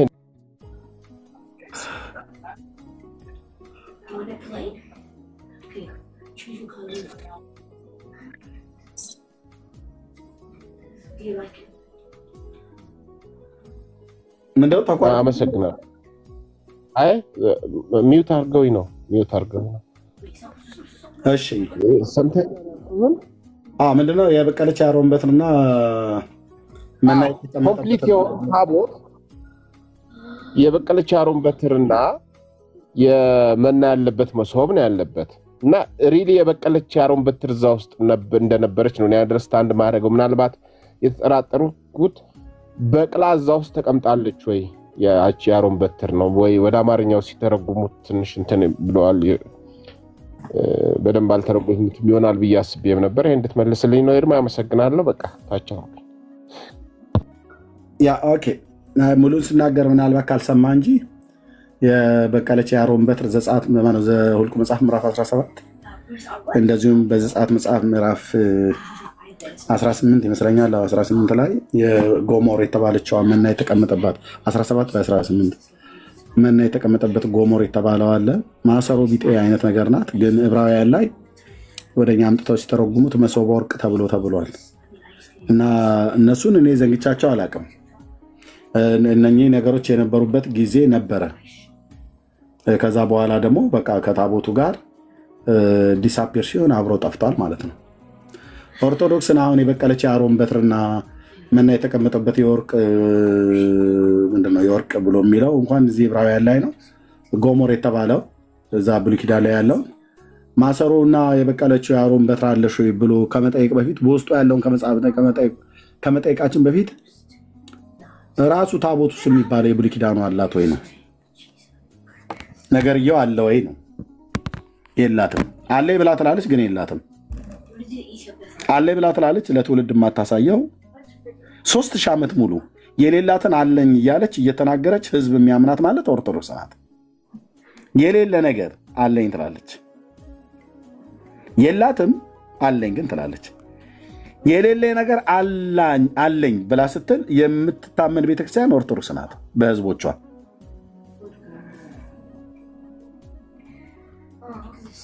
የሌለን ነገር አለ ብለህ ስታምን ለህዝብ ሰብከህ አሳይ ተብለህ ብትባል አያሳዩ። የለም 3000 ዓመት ሙሉ በምድራችን ላይ አለ ብላ ትላለች፣ ግን የላትም። እና አደለም መና የተቀመጠበት ጎሞሩን ወይ ደግሞ መሶበ ወርቅ ተብሎ የተባለው እና የበቀለች የአሮን በትርን አይደለም ራሱም ነገርየውም ታቦቱም የላትም ነው ብለን አለኝ ብላ የምትለውም ነገር ሁሉ በሙሉ ያው እንደዚህ በፒክቸር ላይ እንደሚታየው ሆኗል እያል ነው። ግን በሚመጡ ሰዓት ላይ ሊያወሩ የሚችሉ ሰዎች በሚመጡ ሰዓት ላይ ነገሩን በደንብ እያጠናከርን ስንሄድ ወደዛ ሁሉ እንመጣለን። ያው የብሉይ ኪዳኑን ታቦት አንስቶ በታምር ያበበችው የአሮን በትር ዘኍልቍ 17 እና መና የተቀመጠበት ጎሞር ዘጸአት ላይ መሶበ ወርቅ ብሎ ዕብራውያን 9 ላይ የተጠቀሰው ሳላነሳው የቀረሁበት ቀን የለም ለማለት ነው። ጌታ ይባረክ። ስለዚህ እስካሁን የለም ታውቃላችሁ፣ ኦርቶዶክሳውያን የገባ ማለት ነው። ለብርክዬ ልስጠው። ሌሎች ካላችሁ መጠየቅ ትችላላችሁ። ቁርስ ልበላ ነው። ብርኬ ቤቱን ምራው፣ ተነጋገሩበት። ሌሎችም እህቶችም ወንድሞችም ማለት ነው። ያው ጽላት ተብሎ እንዳይባል ከእንጨት የተሰራ ነው። ጽላት ደግሞ ከእንጨት አይሰራም። በመጽሐፍ ቅዱሱ ከድንጋይ ነው። ጽላት ተብሎ እንዳይባል 10ቱ ትእዛዛት የለውም። ጽላት ተብሎ የተጻፈው በ10ቱ ማን የተባለው በዘጸአት መጽሐፍ ምዕራፍ 32 34 ላይ የተጻፈው የእግዚአብሔር ቃል ኪዳኑ ታቦት ውስጥ የነበሩ 2 የድንጋይ ጽላቶች በጌታ እጅ ነው የተሰሩት። ሕጉም የተጻፈበት እላው ላይ በዕብራይስጥ ቋንቋ ነው። ምክንያቱም አንባቢዎቹ ዕብራውያን ስለሆኑ ማለት ነው። እና የለም ጽላትም እንዳንለው ሕግም አልተጻፈበትም። ጽላትም እንዳንለው ከድንጋይም አልተሰራም። የጌታ ጠረጴዛ ብለን እንዳንለው 4 እግር የለውም። ይህንን ማለት ነው። እንደዚሁም ታቦት ብለን እንዳንለው በ4 ሰው የሚሸከም 4 እግር ያለውም አይደለም። በዘጸአት መጽሐፍ ምዕራፍ 25 ቁጥር 10 ላይ በተጻፈው ማለት ነው። ስለዚህ በየትኛው መስፈርት ይሄ እዚህ ጋር በፒክቸር ላይ የምታዩት ከመጽሐፍ ቅዱሱ ታቦት ከመጽሐፍ ቅዱሱ ጽላት የጌታ ጠረጴዛ ተብሎ ከተባለው በአንደኛ ቆሮንቶስ መጽሐፍ ምዕራፍ 10 ላይ ካለው ጋር ምንም አይነት የመልክም የጠባይም የቁመናም የምንም ዝምድና የለው፣ ባዕድ ነው ማለት ነው። በመጽሐፍ ቅዱስ ስታየው ይሄ ነገር ባዕድ ነው። በመጽሐፍ ቅዱስ ሚዛን ስትመዝነው፣ በመጽሐፍ ቅዱስ መነጽር ስታየው ይሄ በፒክቸር ላይ የምታየው በሀገራችን ህዝባችን አልገባ አለች፣ አልሄድ አለች፣ ቆመች ምናምን። እኔ ትታችኋትን እኮ ብያለሁ። እኔ ባለፈው የማርያም ታቦት አልገባ ብላ አለች አሉ፣ አልሄድ ብላ አለች፣ ቆመች፣ ተቆጥታ አሉ። ምንድነው ተቆጥታ? አንደኛው እንደውም ምን አለ፣ ጴንጤ ቸርች ጋር ስትደርስ ነው በጣም ብዙ ጊዜ ደግሞ አልሄድ ብላ የምትለው። ትታችኋት ነዋ። እዛው ቁጭ አርጋት መንገድ ላይ አስፓልት ላይ ትተመሄድ ነው። እራሷን ችላ ትምጣ። አንተ እመቤቴ ቅፍ ድግፍ አርጋ ታስገባኛለች ብለህ ትል የለ እንዴ? እሷ ቅፍ ድግፍ አርጋ ካስገባች አንተን እራሷን ደግሞ ማስገባት አያቀታትም። እና እዛው መንገድ ላይ ተዋቸው። ግን ይሄ ጉዳይ ምንድነው ኤርሚያስ ብለህ ብትለኝ እውነቱ ልንገርህ፣ አልሄድ አለች አልገባ አለች ተብሎ የሚባለው የሆነ ነገር እንዲታረድ ካህናቱ ሲፈልጉ ነው። ኬንቼ ቤንቼ እንድንበላ የተጠባበሰ ነገር እንደ ኦርቶዶክስ ቄስ እኮ ብልጥ የለም ብራዘር። እኛንን አሁን ያየ ፓስተር ወንጌላዊ ተባብለን ተጃጃልን። አየህ ፉዞ ነገር ሆንን። ጴንጤን አሁን አልገባ አለች አልሄድ አለች አልወጣ አለ እምቢ አለ ብለን የምንላችሁ ነገር የለም። ለምን? መጽሐፍ ቅዱስ አንብቡ አልናችሁ። መጽሐፍ ቅዱስ አነበባችሁ፣ ነቃችሁ። አየህ አንተ የምትተኛ ንቃ፣ ከሙታንም ተነሳ፣ ክርስቶስም ያበራልሃል ብሎ ስለተባለ አሁን እዚህ በሙሉ ብርሃን የበራለት ትውልድ ነው። እና ጌታ አልሄድ አለ ብዬ ብልህ የት ማጋ መቼ ነው ብለህ የምትጠይቀኝ? እንደ ኦርቶዶክሳውያኑ አሜን አትሉም እኮ ጴንጤዎች። ችግራችሁ ደግሞ አንዱ ይሄ ነው። እዛ እኮ በሙሉ ለተባለው ነገር አሜን ነው። ጸሎቶ ታግዘኝ፣ ቡራኬ ወጥ ድረሰኝ ነው ብለው የሚሉት። አሁን እኛ ምን አልወጣ ምን አልገባ ብሎ አለ እንበል፣ ምንም አይ ጌታ ብሏል ብለህ ካል ከየቱ ጋር ያመጣው? በየትኛው ክፍል የት መቼ ነው ደግሞ ከመቼ ጊዜ ይሄን እንደዚህ አይነት ነገር ብሂል ያመጣው ብለህ ትጠይቀኛል፣ ትከራከረኛል። ስለዚህ ጭጭ ብለን እንቀመጣለን ማለት ነው። በግ እንዲታረድልንም ብንፈልግ ወይ የአንድነት ጊዜ ነው በጥምቀትና በፋሲካ ማነው በገናና በፋሲካ ያው ቅርጫ ምናምን ነገር ሲመጣ ነው። የለም እኮ እኛ ጋር ጴንጤው ቤት አካባቢ የለ ደጀ ሰላም የላችሁ፣ ሰንበቴ ቤት የላችሁ። እና እውነት እኮ ሆድን እኮ ላሰበ ሰው ጴንጤ ጋር ምን ያደርግ ይቀመጣል?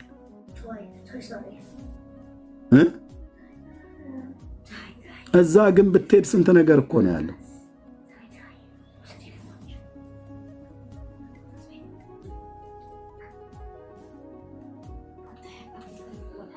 ቀድሰው ሲወጡ ከንፈራቸው እንዳንተ እንዳይ ለካህናቱ አፍ ማሟሻ ተብሎ ስንት አይነት ዳቦ ነው የሚመጣልህ? እርድ ያለበት ዳቦ ይመጣልሃል፣ እርድ የሌለበት ነጩ ይመጣልሃል፣ ጥቁር ይመጣል፣ የተፈተገ ስንዴ ይመጣል፣ ያልተፈተገ ደግሞ ከነ አሰሩ ጭምር እንደዚሁ። አንዳንድ ጊዜ እንክርዳዱ ጭንቅላቱ ሁሉ ብቅ ያለ ዳቦ ሁሉ ይመጣልሃል። አማርጠህ ነው የምትሸልጠው። እዚህ ግን ምንም አማርጠህ የምትለው ነገር የለም።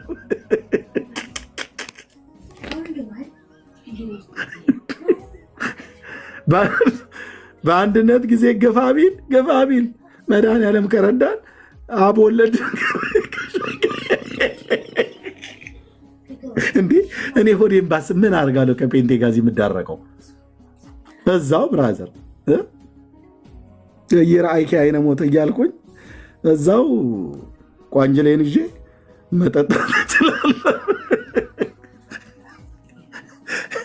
መጠጣት እችላለሁ ማለት ነው። ደግሞ ጴንጤ ሆዱን ወዶ ሄደ ብለው ሲሉ ነው እኔ እኮ በጣም እንትን ደሜንም የሚያፈሉት ማለት ነው። ጴንጤ ሆዱን ወዶ ነው የወጣው ከዚህ ቤተክርስቲያን።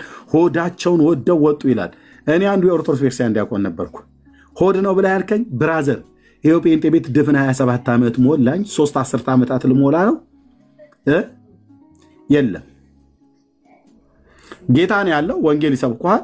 ደግሞ እንደዚህ በላም ከተባለ ወስደው ጥምቢራ እስኪዞር ድረስ ያበሉሃል።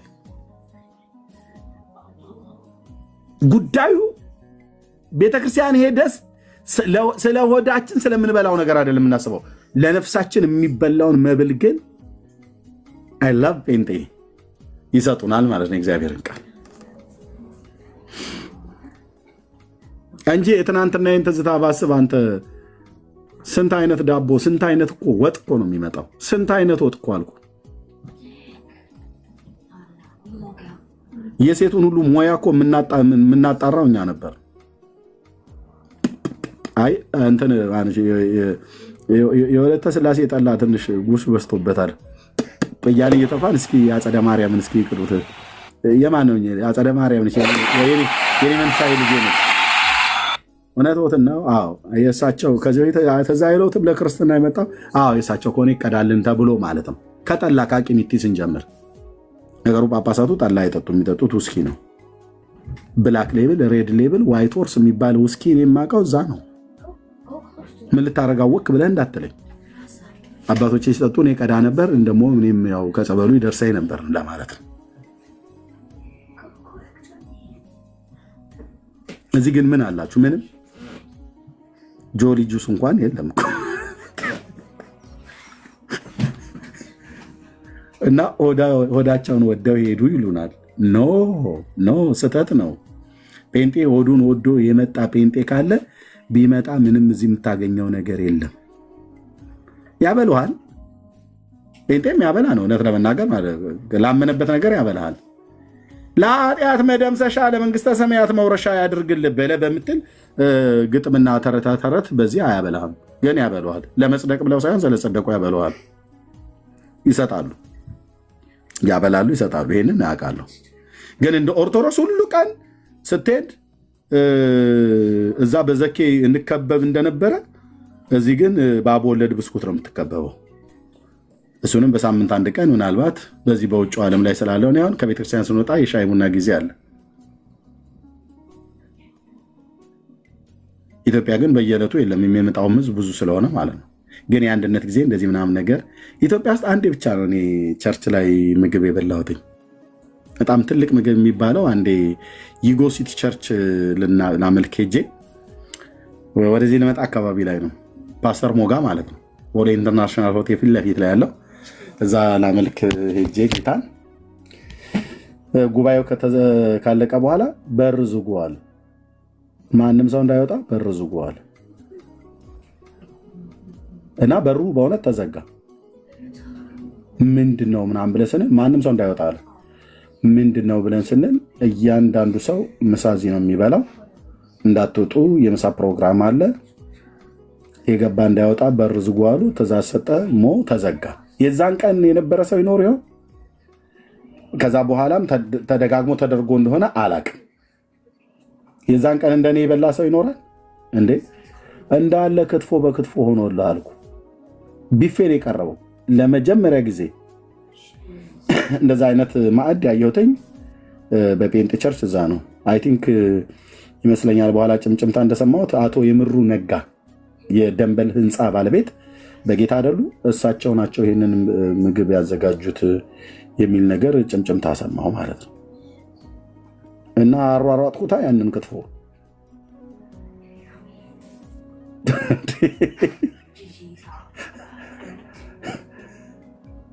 አለ። ዛሬ በረከት አለ። አይ ታው ግድ የለም ህዝቡ አባልነቱን ከሙሉ ወንጌል ከመሰረት ክርስቶስ አውጥቶ ወደዛ እንዳይሄድ የለም ነው ማለት ያለብህ አንተ እንዴ። እንደዛ ያደርጋል እህትየው አቶ የምሩ ናቸው ሲባል ሰማሁ ማለት ነው። እና ለመጀመሪያ ጊዜ የበላሁትኝ እንደዛ ነው ልፈልጌ ነው። ጴንጤ ታዲያ ምን ፈልጎ ነው የሚመጣው? ኢየሱስ ጌታ እንደሆነ የዘላለም ህይወት በስሙ በማመን የሚገኘውን ንስሐና የኃጢአት ይቅርታቸውን አግኝተው ከምድራዊ ከሆድ ነገር አልፎ ሰማያዊ ነገር ዘላለማዊ ነገር የፈለጉና ፈልገውም ደግሞ ጌታም ራሱ ያገኛቸው ከዓለም ርኩሰት በእግዚአብሔር ልጅ በኢየሱስ ክርስቶስ ደም ልብሳቸውን ያነጹ ቅዱሳን ለመሆን የተጠሩ የእግዚአብሔር ቤተሰብ ናቸው የተሰባሰቡት። ሰውነን መብላት እንፈልጋለን። በቃ ሰርተን እንበላለና እና ጴንጤ ሆዱን ወዶ ነው የሄደው ብለው ሲሉ ግን በጣም ያስቀኛል። በጣም ያስቀኛል። የትኛው ቤተክርስቲያን ነው መብል ያለው? ካቶሊክ ቤተክርስቲያን የምትሄድ እንደዚህ እንኳን እንደ ኦርቶዶክስ አይበላም። ኦርቶዶክስ ቤተክርስቲያን ሰንበቴ ማህበር አለ። እሱም ብታጣ ክርስትና አለ። እሱም ብታጣ ዘኪ አለ፣ የሙት ዓመት መታሰቢያ። ከሶስቱ አንዱ አታጣ።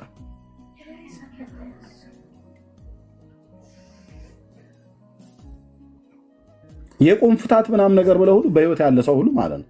ስለዚህ ሰው ለመብላት ከፈለገ እውነት ለመናገር የዚህ ምድር የሆድ ነገር የምትፈልጉ ከሆነ ጌታ ምስክር የዘላለም ህይወት አልፈልግም ሆድ ነው የምፈልገው ብለህ ካልክ እንደምንም ተጣጥረህ የኦርቶዶክስ ዲያቆን ወይ ቄስ ወይ መርጌታ ሁን። ከዓመት እስከ ዓመት ከወር እስከ ወር ትበላለህ፣ መጨረሻም ትበላለህ ማለት ነው በሲኦል። ሳይድ ኢፌክቱን ነው የምነግርህ። እዚህ ትበላለህ ዘኬ፣ በሲኦል ግን ነፍስህን ታስበላለህ። አይ የምድሩ እዚሁ ይቅርብኝ እኔ እሱን አይደለም የምፈልገው ሰርቼ እበላለሁ በምድሬ ምናምን ነገር ብሎ የሚለው እሱን ብለህ የምትል ከሆነ ግን የዘላለም ሕይወት እፈልጋለሁ ብለህ ካልክ ግን ና ወደ ጌታ ወደ ኢየሱስ ደጉ ጌታ የዋሁ ጌታ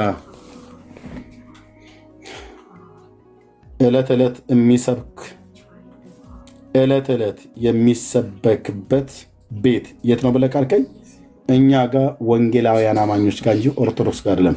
ኦርቶዶክስ ጋር ዕለት ዕለት ኢየሱስን አይሰበክም። ለምን? ዕለት ዕለት ወርሃዊ መታሰቢያቸው ተብሎ የተባሉ ቀኑን ኦክፓድ አድርገውት ሸንሽነው ለፍጡር ሰጥተው አርሴማ ነች፣ ማለተ ጊዮርጊስ ነች፣ አቡነ አረጋዊ ነው፣ አቡነ ጴጥሮስ ነው እየተባለ በሙሉ ተይዟል። እኛ ጋር ግን መተህ ዛሬ የዓመቱ ፓስተር አስረግድ ነው። የሚቀጥለው ቀን ደግሞ ትዝ ይልሃል እዛ የቃለ ሕይወቱ ቤተክርስቲያን አባት የነበሩት ወደ ጌታ ሄዱት የእሳቸው የሙት ዓመት መታሰቢያ ነው የሚባል እንዲህ አይነት ኮተት የለንም። 4 ነጥብ ጴንጤ መሆኔ የለም። የሞቱ ወደ ጌታ ሄዱ አባቶች ሳይኖሩን ቀርተው እንዳይመስልህ አሉ። በእምነታቸው የተፈተኑ ጌታም በዘመናቸው ወንጌልን አገልግለው ያንቀላፉ። የእሳቸው ግን ሙት ዓመት መታሰቢያ ነው ብለን ከበሮ የምንደልቀው ሻማ የምናበራለት ዕለታቸውን እያሰብን በረከታቸው ይደርብን በረከቷ ይደርብን ብለን የምንለው የለም። ለዚህ ነው አይ ላቭ ጴንጤ ብለውን ብዬ የምለው ለዚህ ነው። በቃ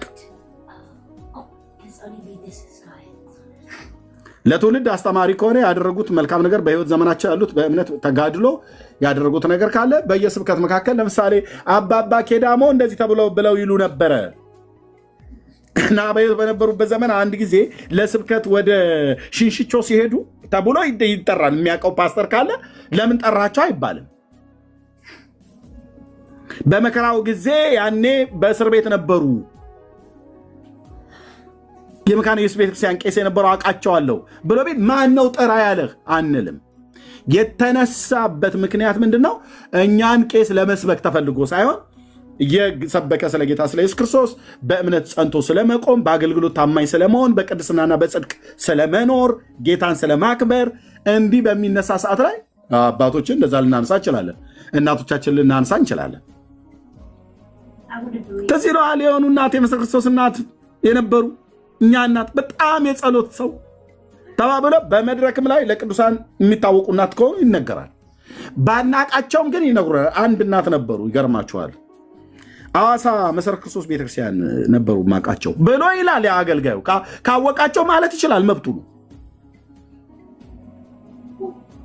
እንጂ ሐዋሳ መሰረት ክርስቶስ ቤተክርስቲያን የነበሩ እናት በእውነት ብራኪያቸው ትድረሰንና አይባልም። ዳርያስ እንዲህ አይነት ኮተት የለም እኛ ጋር። ቡራኪያቸው ትድረሰንና ብለው ይላል። በረከታቸው እኛ ላይ ምን በረከት አላቸው? ኦኬ፣ በረከት ከሰው ፍለጋ የምትሄዱ በጎ ስጦታ ፍጹም በረከት ከብርሃናት አባት ከሰማያት ይወርዳሉ ነው ያለው እንጂ ከሆነች ሴትዮ ትቀበላለህ አላለህም። አቡነ እንትና ከሚባሉ ሰውዬ በረከታቸው ይደርብንና ብሎ ይላል። ምን በረከት አለው? ያ የአረብ ሽማግሌ አንተ ታቦት የምታወጣለት የምታስገባለት ኢትዮጵያዊስ ቢሆን ምን በረከት አለው? በረከታቸው ይደርብንና ይላል። እኔ ቅዱስ እግዚአብሔር አብ ሲባርክ በረከቱን እኔ ላይ ሊያሳድር ልጁን ወደዚህ ዓለም ላከው። ሃሌሉያ! ልጁን ወደዚህ ዓለም ላከው እያንዳንዳችሁን ከክፋታችሁ እየመለሰ ይባርካችሁ ዘንድ ብላቴናውን ላከው ይላል። ማ ቅዱስ አባት እግዚአብሔር አብ የጌታችን የኢየሱስ ክርስቶስ አምላክና አባት ማለት ነው። ላከው።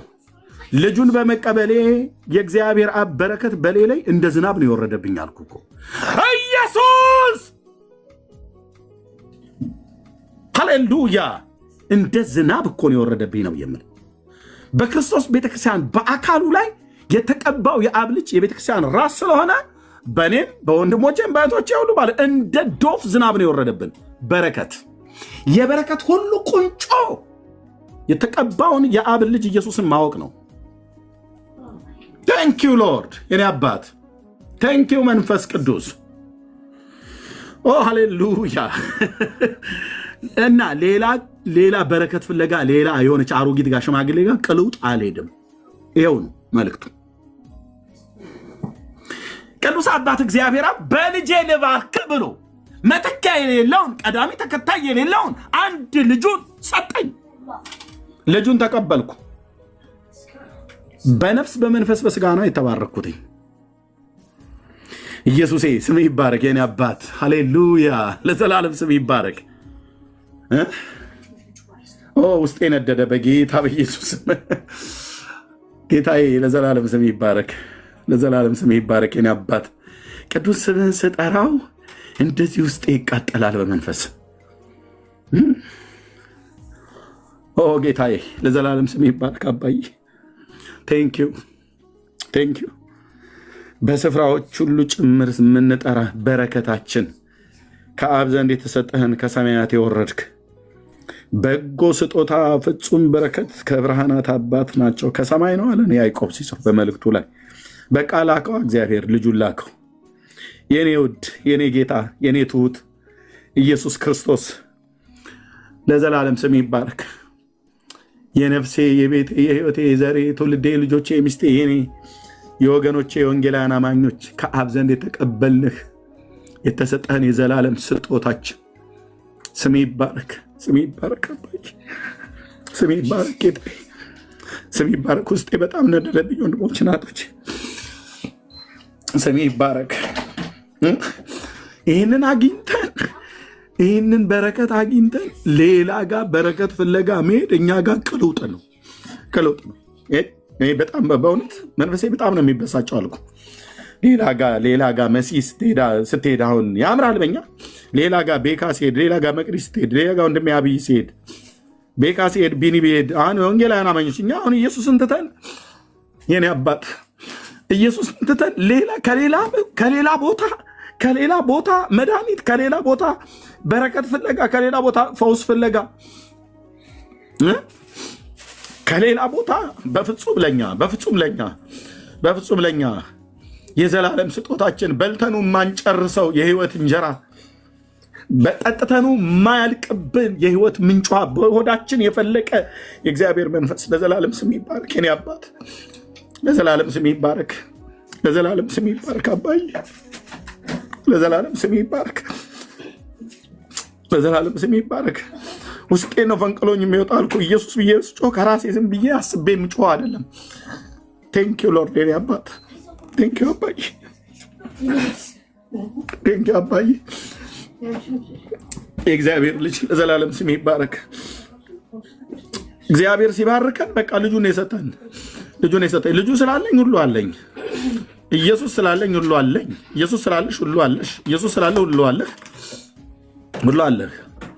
እሱ ሳይኖራቸው ሌላ ነገር አለን ብለው ከሚሉ ሰዎች ይልቅ እሱ ኖረን ሌላው ነገር ባይኖረን ይበልጣል። የእግዚአብሔር ልጅ ይበልጣል። ስሜ ይባረክ የኔ አባት ኢየሱስ ክርስቶስ።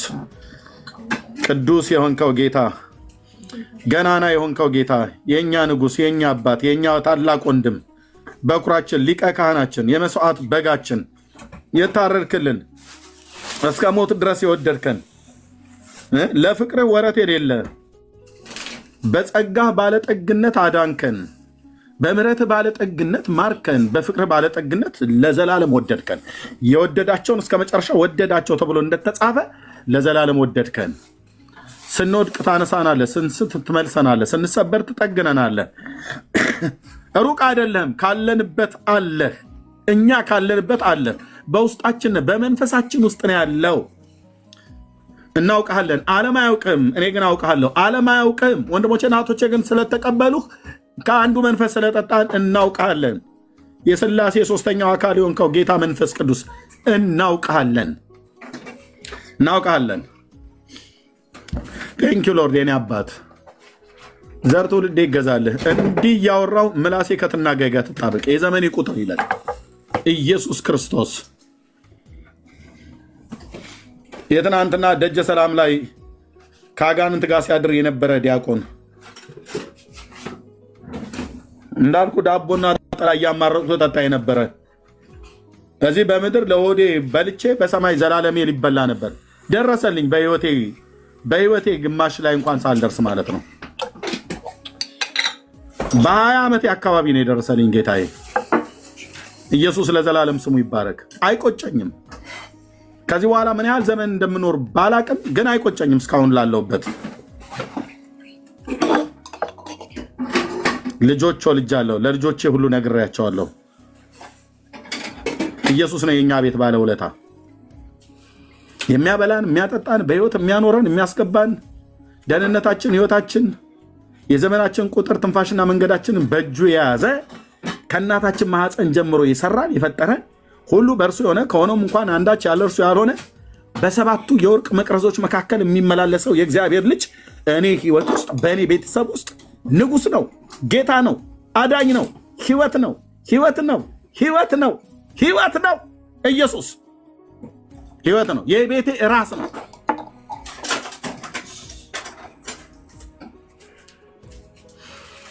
ስሜ ይባረክ። የወንድሞቼ እዚህ ያላችሁ እህቶች ወንድሞች፣ ህይወት እኮ ነው። ኢየሱስ ህይወት ነው።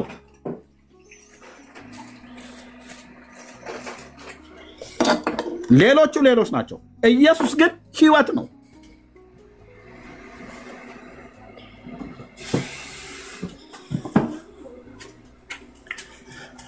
ቴንኪው የኔ ጌታ።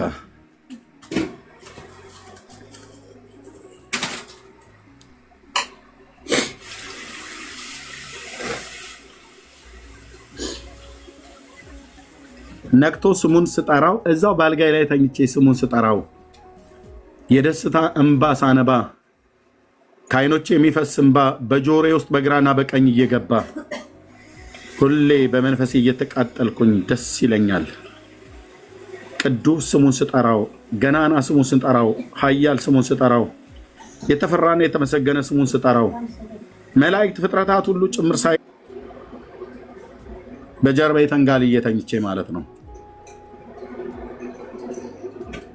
የዘላለም ስጦታዬ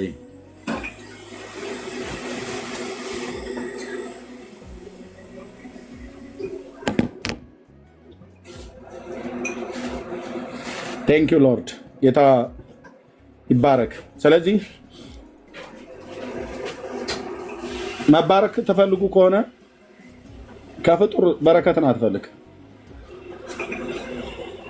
ከፍጡር በረከትን አትፈልግ እና ከብርሃናት አባት ከሰማያዊ የተባለው የብርሃናት አባት ቅዱስ እግዚአብሔር አብ ልጁ ልኮልሃል በረከት አድርጎ እሱን ተቀበለው። በነፍስም በመንፈስም በስጋም ትባረካለህ። ኢየሱስ ማለት የነፍስ የመንፈስ የስጋም በረከት ነው። ሁለንተናዊ በረከት ለማግኘት ከፈለክ ጌታን እመን፣ በጌታ ኑር። ሰው ውጫዊ ነገር በውጫዊ ነገር ተባርኮ መኪና ቤት እየነዳ ውስጡ ግን እኮ የተረበሸ ነው። ሰላም የለውም፣ እረፍት የለውም፣ ደስታ የለውም፣ መረጋጋት አይሰማውም። ኬት ያመጣዋል? የሰበሰበው ገንዘብ፣ የገዛው መኪና፣ የገዛበት ቤት፣ ነገ ሬሳው የሚወጣበት ቤት፣ እሱ ሁሉ ይህንን ሁሉ ሊሰጠው አይችሉም። እነዚህ ነገሮች በምድር ስንኖር ያስፈልጋሉ፣ ግን የደስታችን ምንጮች አይደሉም። የደስታችን ምንጭ፣ የሰላማችን ምንጭ ሰላሜን እተውላችኋለሁ ሰላሜን እሰጣችኋለሁ ብሎ ያለው ጌታ ኢየሱስ ክርስቶስ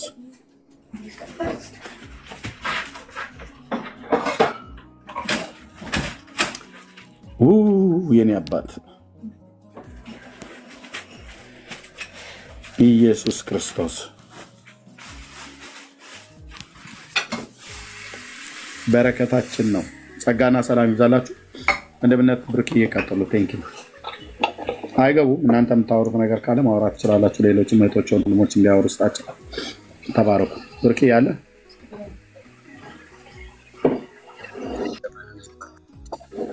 ቀጥሎ አሜን።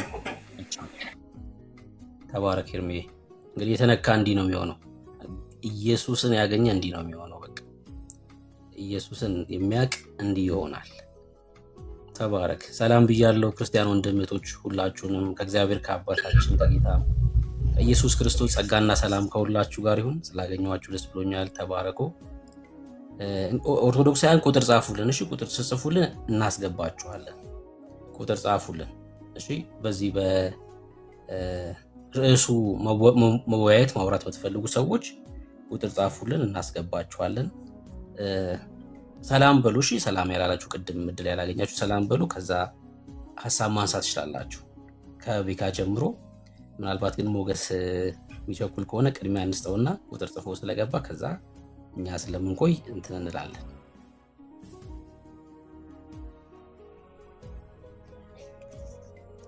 ሞገስ እንኳን ደህና መጣህ። ብሩክዬ ወንድሜ ይሰማል? ትሰማለህ በደንብ። እንዴት ናችሁ? በእናትህ ሰላም ብላችሁ ነው የገባሁት። የምወዳችሁ በጣም በቃ የምወዳችሁ ወንድሞቼ ኤርሚቲ፣ ብሩኬ፣ ቤካ፣ ቢኒ ሁላችሁ በቃ በጣም ወዳችኋለሁ። በጣም የተባረከ ነው። ያው እግዚአብሔር ጸጋውን ያብዛላችሁ። ኤርሚ አለ እየሰማኝ ነው? ሞገስ ኤርሚ ወንድሜ እንዴት ነህ ብራዘር? እግዚአብሔር ይባርክ። በጣም ደህና ነኝ። አሜን አሜን። አንዳንዴ እንደዚህ እየገባሁ እንኳን ሰላም ብላቸው ጥሩ ነው ብዬ ነው። ቴንክ ዩ ብራዘር። እንዴት ናችሁ? ሰላም ናችሁ? ሁላችሁ ደህና ነን። ሞገስ አንተ እንዴት ነህ? ቤተሰብ ሁሉ ሰላም? ሰላም ነው፣ ሁሉም ሰላም ነው። ቡርኬ እየቀረበ ነው አይደል? ቡርኬ አዎ እየቀረበ ነው። ቀርቧል አይደል? ቡርኬ ይችላል። አዎ ደውልኝ እስቲ ደውልኝ። እልክልሃለሁ፣ ኢንቪቴሽኑን እልክልሃለሁ። እሺ እሺ። ኤርሚ በቃ ሰላም ልላችሁ ብዬ ነው። ሁላችሁንም በጣም ነው የምወዳችሁ። እደውልልሃለሁ። እሺ እሺ ወንድሞቼ ተባረኩ። አስወጣኝ ብሩኬ፣ አስወጣኝ ብሩኬ። ተባረክ። እሺ ብሩኬ ተባረኩ።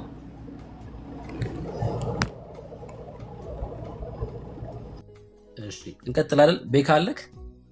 ኦርቶዶክሳውያን ግቡ። እሺ ግቡ ኦርቶዶክሳውያን። በተነሳው ርዕስ ላይ ማውራት መወያየት ትችላላችሁ፣ መልስ ካላችሁ ማለት ነው። ካሉንም ደግሞ ለምን እንደምንቃወም ደግሞ መጠየቅም ትችላላችሁ። እናንተ መልስ ከሌላችሁ በእምነታችሁ ወይ ደግሞ በተቀበላችሁት ነገር ላይ መጽሐፍ ቅዱሳዊ ማስረጃ ማቅረብ የማትችሉ ከሆነ እኛ ለምን እንደምንቃወም በመጽሐፍ ቅዱስ ደግሞ እኛ እየጠቀስን ልናሳያችሁ እንችላለን። ይሄኛውም አማራጭ ይቻላል ማለት ነው። እና ቁጥር ጽፋችሁ ግቡ። ቤካ ካለክ ከአንተን ጀምር።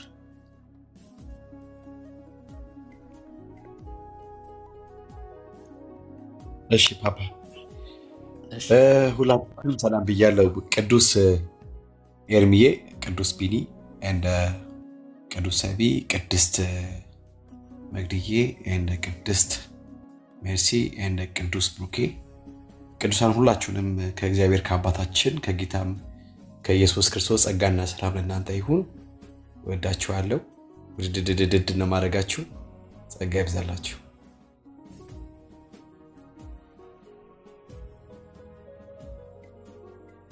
እሺ ሀሳብ ማንሳት ብትፈልጉም በዛው መቀጠል ትችላላችሁ። እሺ ሰላም ብላችሁ ቤካ በተነሳው ርዕስ ላይ ሀሳብ መስጠት ምናምን የምትፈልጉ ከሆነ ማለት ነው። እድል ልስጥና ካልሆነ እንቀጥል። ፓፓይ እኔ እኮ ረዥም ሰዓት ቤት ያገለግልኩኝ 2 ሰዓት ኦልሞስት 4 ሰዓት ምናምን ደከመኝ እኮ። እሺ ተባረከሽ። ቢኒ ወይ ብሩክ ወንድምነት እንዴት አለ ወዳጄ? ሰላም እንኳን ደህና መጣ ይድረስ። እንኳን ደህና ቆየኸኝ። ጨረፍ ሰላምታ ብያለሁ። እንግዲህ አሁን ሞቅ አድርጌ ልበለው ቅድም መጀመሪያ አካባቢ ስለገባው ማለት ነው። እና ኤርሚ የተባረክ። በጣም የሚገርም ነገር ነው እያሳየህን፣ እያሰማህን፣ እያስተማርከን ያለው ጌታ አብዝቶ ይባርከን።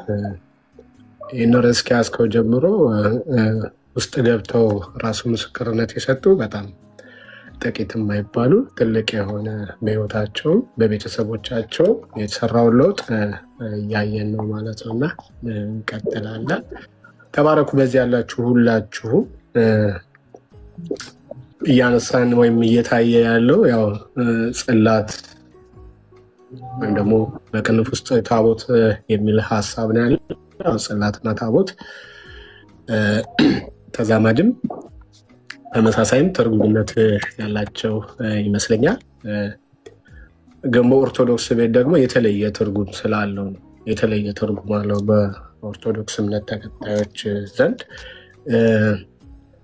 ከኛ ወንጌል አማኞች ጋር ያው ታውቃላችሁ፣ ወንጌልን ከሸፈኑ ወይም ወንጌል ለትውልዱ እንዳይደርስ እንዳይገለጥ እንቅፋት ከሆኑ ወይም ደግሞ ወንጌልን ከሸፈኑ አስተምሮቶች ወይም ልምምዶች አንዱ በዛ ቤት ያለው ትልቁ ነገረ ማርያም ሲሆን ከነገረ ማርያም የማይተናነስ ደግሞ ያው ጽላቱና ታቦቱን በተመለከተ ያለ ግንዛቤ ነው ወይም ትምህርት ነው ወይም ደግሞ ልምምድ ነው።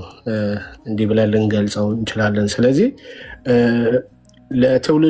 በተለይ ለትውልደ ኦርቶዶክስ ወንጌል እንዳይደርስ ወንጌል ስለ ልጁ ስለ ኢየሱስ የሆነውን ወንጌል በስርዓቱ እንዳይደርስ እንቅፋት ከሆኑት አንዳንድ ጊዜ ወንጌልን የሸፈነ የጋረደ ብለን ስንል አንዳንዶች ካለመረዳት ወይም ዲፕሊ ካለማየት ነገሩ ወንጌል ይሸፈናል እንዴ ወንጌል ይጋረዳል እንዴ ብላችሁ ጉንጫ አልፋ ሙግት የምታነሱ ትኖራላችሁ። ወይም ደግሞ በደንብ ዲፕሊ ምን ማለት እንደሆነ ወንጌል የጋረደ የሸፈነ ስንል በደንብ ያልተረዳችሁ